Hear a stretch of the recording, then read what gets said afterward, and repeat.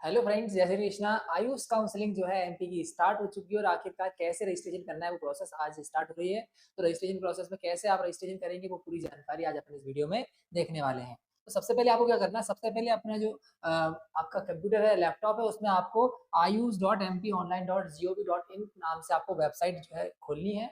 और वेबसाइट खोलने के बाद क्या करना है, आपको जो है उसमें आयुष काउंसलिंग पर क्लिक करना है। यूजी काउंसलिंग एमपी की उस पर क्लिक करेंगे तो आपके सामने ऐसा कुछ फ्रंट पेज आ जाएगा। आप फ्रंट पेज के आप जब देखेंगे तो आपको 3 ऑप्शंस मिलेंगे, आप किस चीज़ के लिए काउंसलिंग करना चाहते हैं। अगर आप एमपी स्टेट काउंसलिंग सिर्फ करना चाहते हैं, तो आप जो है इसमें बीएएमएस, बीएचएमएस, बीयूएमएस जो स्टेट की सीट्स हैं 85%, उनके लिए आप इस पे क्लिक करेंगे। और अगर आप नेचुरोपैथी और योगा के कॉलेजेस के लिए काउंसलिंग करना चाहते हैं, तो आपको सेकंड ऑप्शन पे क्लिक करना रहेगा। और थर्ड के लिए जो अगर आप ऑल इंडिया की सीट्स जो हैं, तो एमपी की ऑल इंडिया की सीट्स हैं प्राइवेट कॉलेज की और बाकी कॉलेजेस की, तो उन 15% सीट्स के लिए आपको इस ऑप्शन पर क्लिक करना है, जैसे इसमें आप शो हुआ है। इसके बाद क्या करना है, जैसे आप क्लिक करेंगे तो आपके सामने जो है इस टाइप का एक इंटरफेस आ जाएगा। इस फेज में क्या करना है, आपके पास एक क्रिएट न्यू प्रोफाइल, एक नई प्रोफाइल बनाने का यहाँ ऑप्शन आपको दिखेगा। इसमें क्या करना है, आपको जो है क्रिएट न्यू प्रोफाइल पे क्लिक करना है, मतलब आप नई प्रोफाइल बनाना चाहते हैं आपके नाम से। और जैसे आप इस पे क्लिक करेंगे क्रिएट न्यू प्रोफाइल पर, तो आपके सामने इस टाइप का एक पेज आ जाएगा। इसमें आपको नीट का रोल नंबर फिल करना रहेगा, डेट ऑफ बर्थ फिल करनी रहेगी, और एक सीक्रेट की जो आपके लिए है वो यहाँ फिल करनी रहेगी। तो ये सब कुछ आप फिल करेंगे और लास्ट में आपको जो है, जो आपका की है या कैप्चा जो है, उसे आपको यहाँ करना है और क्रिएट प्रोफाइल आपको क्लिक करना है, आपको जो है प्रोफाइल बन जाएगी।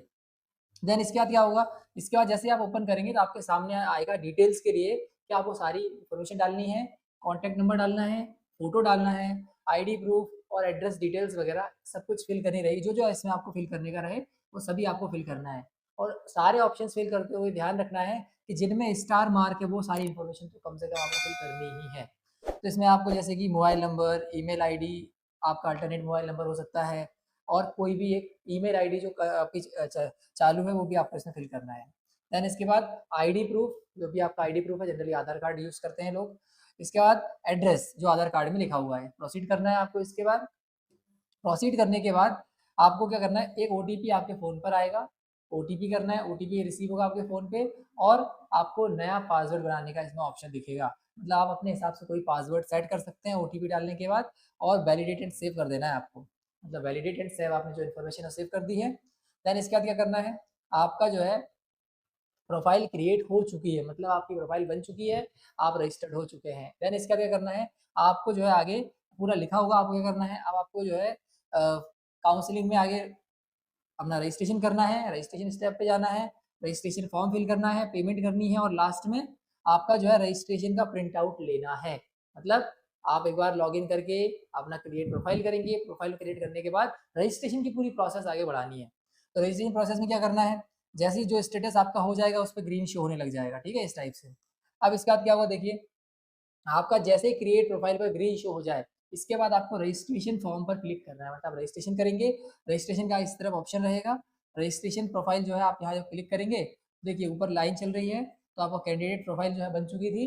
अब आप क्या कर रहे हैं, कैंडिडेट रजिस्ट्रेशन कर रहे हैं, तो रजिस्ट्रेशन पे जाएंगे, रजिस्ट्रेशन फॉर्म फिल करेंगे, और उसमें जो भी इन्फॉर्मेशन आपसे मांगी जाए, जैसे कि आपका जो रोल नंबर वगैरह है, या आपका एप्लीकेशन नंबर है, रिजल्ट है, जो भी आपसे मांग रहे हैं वो सारी यहाँ पे आपको अपलोड करनी है।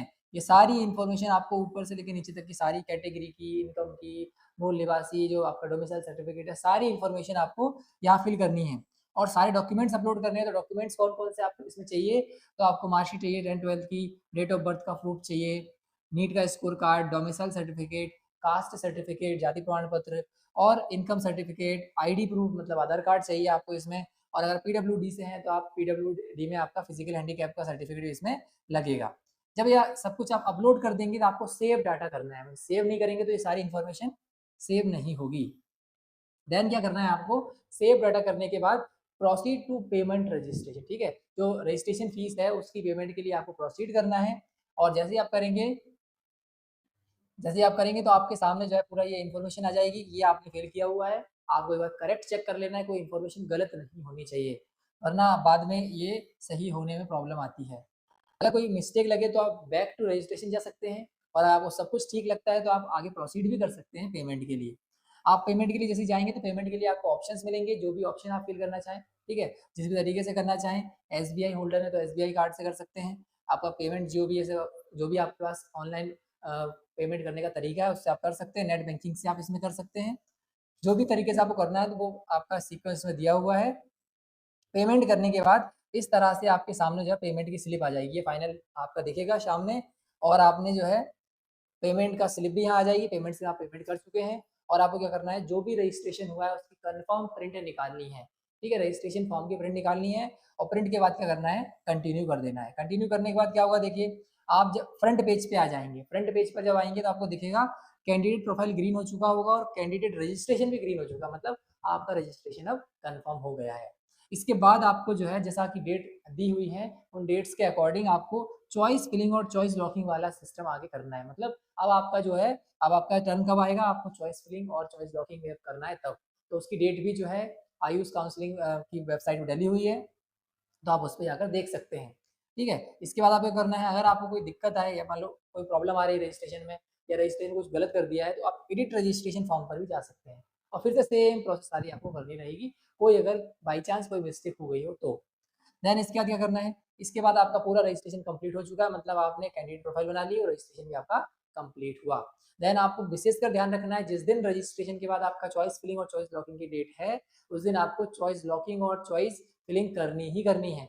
उसका क्या सीक्वेंस रहेगा, कैसे आपको कॉलेज फिल करना है, क्या प्रेफ़रेंस ऑर्डर आपको रखना चाहिए सारे बीएचएमएस और बीएएमएस कॉलेजेस का, वो उसके ऊपर मैं आपको अलग से वीडियो बनाऊँगा। उस वीडियो में सारे कॉलेज का सीक्वेंस आपको बताऊँगा कि कौन-सा कॉलेज आपको प्रेफ़रेंस में रखना चाहिए।